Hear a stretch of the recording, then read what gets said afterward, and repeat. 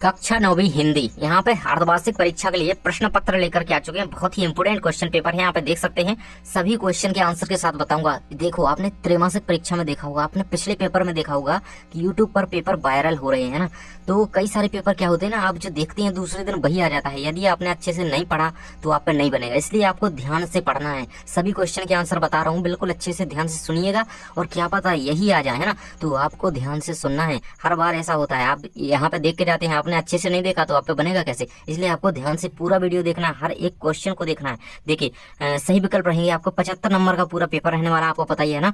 और आपको कैसे तैयारी करके चलिए मैं बताता हूँ। देखिए, सभी क्वेश्चन के आंसर जो मैं बता रहा हूँ लिखते जाइए, बिल्कुल लिखते जाइए, मैं आपको बताते जाऊंगा। हकीकत में किस्मत किसे कहा जाता है? देखिए, हकीकत में किस्मत मेहनत को कहा जाता है। आंसर रहेगा डी नंबर का ऑप्शन, आपका आंसर रहेगा बिल्कुल राइट आंसर डी, है ना। इसके बाद नासिका से उच्चारित होने वाले वर्ड। तो देखिए, इस प्रकार का कोई भी अगर क्वेश्चन आता है ना, तो आपको कैसे लिखना है, कैसे उसको सही करना है ना। तो आप इन्हें बोल करके देखेंगे। देखिए, ऊ तो ये तो नासिका से मतलब नाक से नहीं उच्चारित हो रहा है। सा ता, तो ये सा और ता वर्ग के नहीं निकले, है ना। ये अय तो ये भी नहीं, ये तो मुंह से यानी गले से आवाज आ रही। अंग अंग न म, तो ये थोड़ी नासिका से निकल रही है। तो आपका ये बी नंबर का ऑप्शन बिल्कुल सही आंसर हो जाएगा। इसे आप सही आंसर लगाएंगे बी नंबर के ऑप्शन को। ये नासिका से उच्चारित होने वाले वर्ण हैं, है ना। याद रखिएगा अच्छी तरीके से। कबीरदास की भाषा क्या है?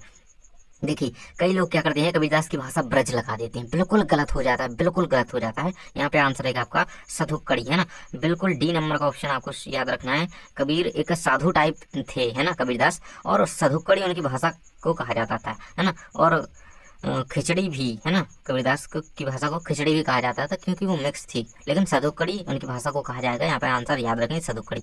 रस के अंग होते हैं, तो रस के कितने अंग होते हैं? देखिए, अंगों की बात कर रहा है, प्रकार नहीं पूछ रहा है। कई लोग 10 लिख करके आ जाती हैं अगर ऑब्जेक्टिव में नहीं है तो, है ना। 4 अंग होते हैं रस के, 4, है ना। स्थायी भाव, विभव, अनुभव, संचारी भाव, आपको पता होगा। रस के 4 अंग होते हैं, 4 आंसर याद रखेंगे, बिल्कुल लिख लीजिए, मैं बता रहा हूँ अच्छी तरीके से। 2 वर्णों के मेल से होने वाले परिवर्तन को क्या कहते हैं? तो 2 वर्णों के मेल से होने वाले परिवर्तन को संधि कहते हैं ना। 2 वर्णों के मेल से होने वाले परिवर्तन को संधि कहते हैं ना। इसके बाद देख सकते हैं यहाँ पे, इस जल प्रलय में पाठ की विधा है, तो वो रिपोर्ताज है। रिपोर्ताज आंसर याद रखेंगे। इसके बाद देख सकते हैं, रिक्त स्थानों की पूर्ति कीजिए। तथा प्लस एव बराबर, तो तथा प्लस एव आपका तथैव बन जाएगा, है ना। तथैव ये आंसर रहेगा आपका पहले वाले का, है ना। लिख लीजिए बिल्कुल से, या स्क्रीनशॉट ले जाइए। यहाँ पे टिक देंगे जिस पे है उसी का आंसर लिखा है ना। तो तथैव आप देख सकते हैं, स्क्रीनशॉट ले सकते हैं। इसके बाद आपका अगला क्वेश्चन है सेकंड नंबर का। विश्व का सबसे बड़ा अंतरिक्ष यान कौन सा है? अंतरिक्ष संस्थान कौन सा है ना? तो नासा है। अंतरिक्ष की बात कर रहा है, अंतरिक्ष संस्थान, वो भी विश्व का सबसे बड़ा, नासा, जो कि अमेरिका में है। नासा याद रखेंगे, सेकंड नंबर के क्वेश्चन का आंसर है ना, खालिस्तान का। इसके बाद अगला क्वेश्चन आपका दिया गया है, झांसी का खालिस्तान प्रसिद्ध महाकाव्य है। तो झांसी का जो पद्मावत है ना, पद्मावत झांसी का, वो इनका प्रसिद्ध महाकाव्य है। बिल्कुल अच्छी तरीके से याद रखना है, बिल्कुल भी भूलने का इसको कोई चांस ही नहीं है। पद्मावत रहेगा झांसी वाले का, है ना। वीर रस का स्थायी भाव, वीर रस का स्थायी भाव क्या होता है? उत्साह। देखिए, आपको सभी रसों के स्थायी भाव याद होने चाहिए, क्या पता कौन सा आ जाए, है ना। क्या पता ये वीर ही आ जाए, क्या पता श्रृंगार रस आ जाए, तो उसका रति होता है। तो वीर का स्थायी भाव उत्साह होता है, याद रखिएगा। चौथे नंबर के क्वेश्चन का आंसर उत्साह है। इसके बाद कमाई में प्रत्यय है। देखिए, प्रत्यय उपसर्ग आप पहचानना सीखिए। प्रत्यय जो होते हैं वो पीछे की ओर देखे होते हैं। शब्द में जैसे पूछ रहा है ना, पीछे देखिए क्या उससे उच्चारण निकल रहा है, पीछे की ओर उससे क्या ध्वनि निकल रही है ना। प्रत्यय पीछे होते हैं, उपसर्ग आगे होते हैं। उपसर्ग पूछा तो का होता है ना, और प्रत्यय पूछा है तो कमाई में पूछा है तो आई रहेगा आपका आंसर, है ना, आई। तो इस प्रकार से आपको यहाँ पे आई आंसर लिखना है इसका, कमाई में प्रत्यय आई, कमाई। देखिए, आई निकल आया ना, तो ये पीछे प्रत्यय रहेगा, आई, है ना। इसके बाद रीढ़ की हड्डी में की एक अंकी में कुल पात्र है, तो 7 आपका आंसर यहाँ पर हो जाएगा। इसके बाद जोड़ियां बनाइए, सही जोड़ियां आपको बनानी है।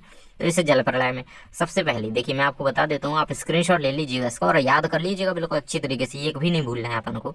इस जल प्रलय में फणीश्वर नाथ रेणु से आपकी जोड़ी इसकी मिल जाएगी। इसके बाद मेरे संग की औरतें, तो मृदुला गर्ग से इसकी जोड़ी मिल जाएगी। इसके बाद बाघ कश्मीरी कवित्री से इसकी जोड़ी मिल जाएगी। कब की शोभा बढ़ाने वाले तत्व तो अलंकार कहलाते हैं, आपको आसानी से ये पता ही होगा, है ना। लासा की ओर राहुल शंकरायतन, और इसके बाद आपका झूरी का साला, तो ये गया हो जाएगा। इसके बाद ये सारे आपके क्वेश्चन आंसर कंप्लीट रहेंगे यहाँ पे सही जोड़ियों के, है ना। बिल्कुल अच्छी तरीके से इसे याद कर लीजिएगा, एक भी नहीं भूलना है। और आपके देखिए, मैंने आपको पैसे बताया है कि आपके जो लेखक होते हैं और कवि होते हैं, तो आपको क्या करना है कि इनके क्या क्या कीजिएगा कि आपको सभी के पाठों के लेखकों के नाम याद कर लेना है, और कवि जो है उनके नाम याद कर लेना है ना। जैसे कि इनका पाठ ही है आपके में, है ना, इनका है इस जल प्रलय में, तो फणीश्वर नाथ रेणु का है, तो ये आपको याद होना चाहिए कि कौन किसका है ना। तो वो आप सभी के याद कर लीजिएगा बिल्कुल, क्या पता किसका आ जाए, करके रखना है ना। इसके बाद सत्ता सत्ता है, सत्ता सत्ता आपके रहेंगे। मेहमानों को पापड़ बहुत पसंद है ना, तो बिल्कुल आपका यहाँ पे सत्य हो जाएगा इसका। नहीं, ये वाला असत्य है शायद, है ना, असत्य रहेगा, ये वाला सत्य है। फिर सेकंड आपका नमक का दरोगा के लेखक कौन है, प्रेमचंद है, सत्य रहेगा। इसके बाद कामायनी के रचयिता तुलसीदास हैं, ये आपका असत रहेगा, क्योंकि कामायनी के रचयिता तुलसीदास नहीं है, कामायनी के जयशंकर प्रसाद है। महाकाव्य में एक ही सर्ग होता है, ये भी असत रहेगा। तिब्बती जमीन छोटे बड़े जागीरदार, बिल्कुल सही है। लेखिका मृदुला गर्ग ने अपनी नानी को देखा था, असत रहेगा ना। पहला वाला आपका जो है वो सत्य है ना, मेहमानों को पापड़ बहुत पसंद है, सत्य है ना। ये पहला और दूसरा और आपका पांचवा सत्य है, बाकी असत्य रहेंगे आपके, है ना।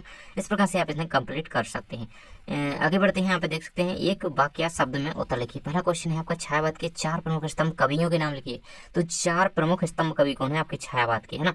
तो सबसे पहले देख सकते हैं, मैं आपको बता दूं, छायावादी कवियों की बात कर रहा है तो पंत हो गए हमारे, सुमित्रानंद पंत, है ना, एक याद रख लीजिएगा, इनको लिख लीजिए जो मैं बता रहा हूँ।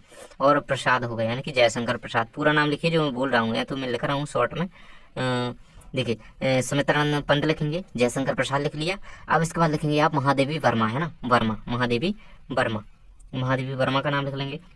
फिर आपको लिख लेना है सूर्यकांत त्रिपाठी निराला, सूर्यकांत त्रिपाठी निराला, जिन्हें निराला भी कहते हैं ना। तो ये आप छायावाद के प्रमुख 4 कवियों के नाम याद रख सकते हैं। इसके बाद दोहा के प्रथम चरण में कितनी मात्राएं होती हैं, तो 11-13 के क्रम से यहाँ पे मात्राएं होती हैं, आंसर याद रखिएगा। इसके बाद अगला क्वेश्चन है आपका हिंदी साहित्य के उपन्यास सम्राट हैं, तो वो प्रेमचंद है ना।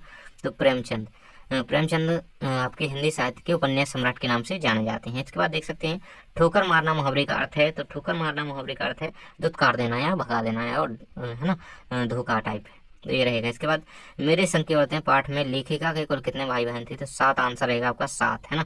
इसके बाद देख सकते हैं अगला क्वेश्चन है काव्य को पढ़कर या सुनकर आनंद लिया जाता है उसे कहते हैं, तो उसे रस कहते हैं, आपको पता ही होगा, मैंने आपको आंसर याद करवाए थे, है ना, रस रहेगा आपका इसका आंसर। इसके बाद अगला क्वेश्चन दिया गया है अंतरिक्ष यात्री कौन होते हैं, है ना। तो अंतरिक्ष यात्री हमारे धरती पर रहने वाले मनुष्य ही होते हैं, है ना।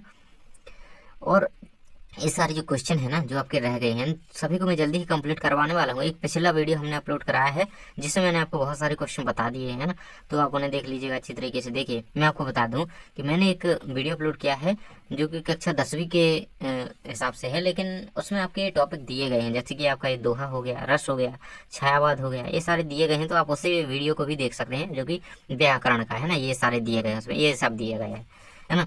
और प्रेमचंद की कोई 2 विशेषताएं, इनका आपको लेखक परिचय कर लेना है। महादेवी वर्मा का कवि परिचय कर लेंगे और प्रेमचंद का लेखक परिचय यहाँ पे कर लेंगे, है ना।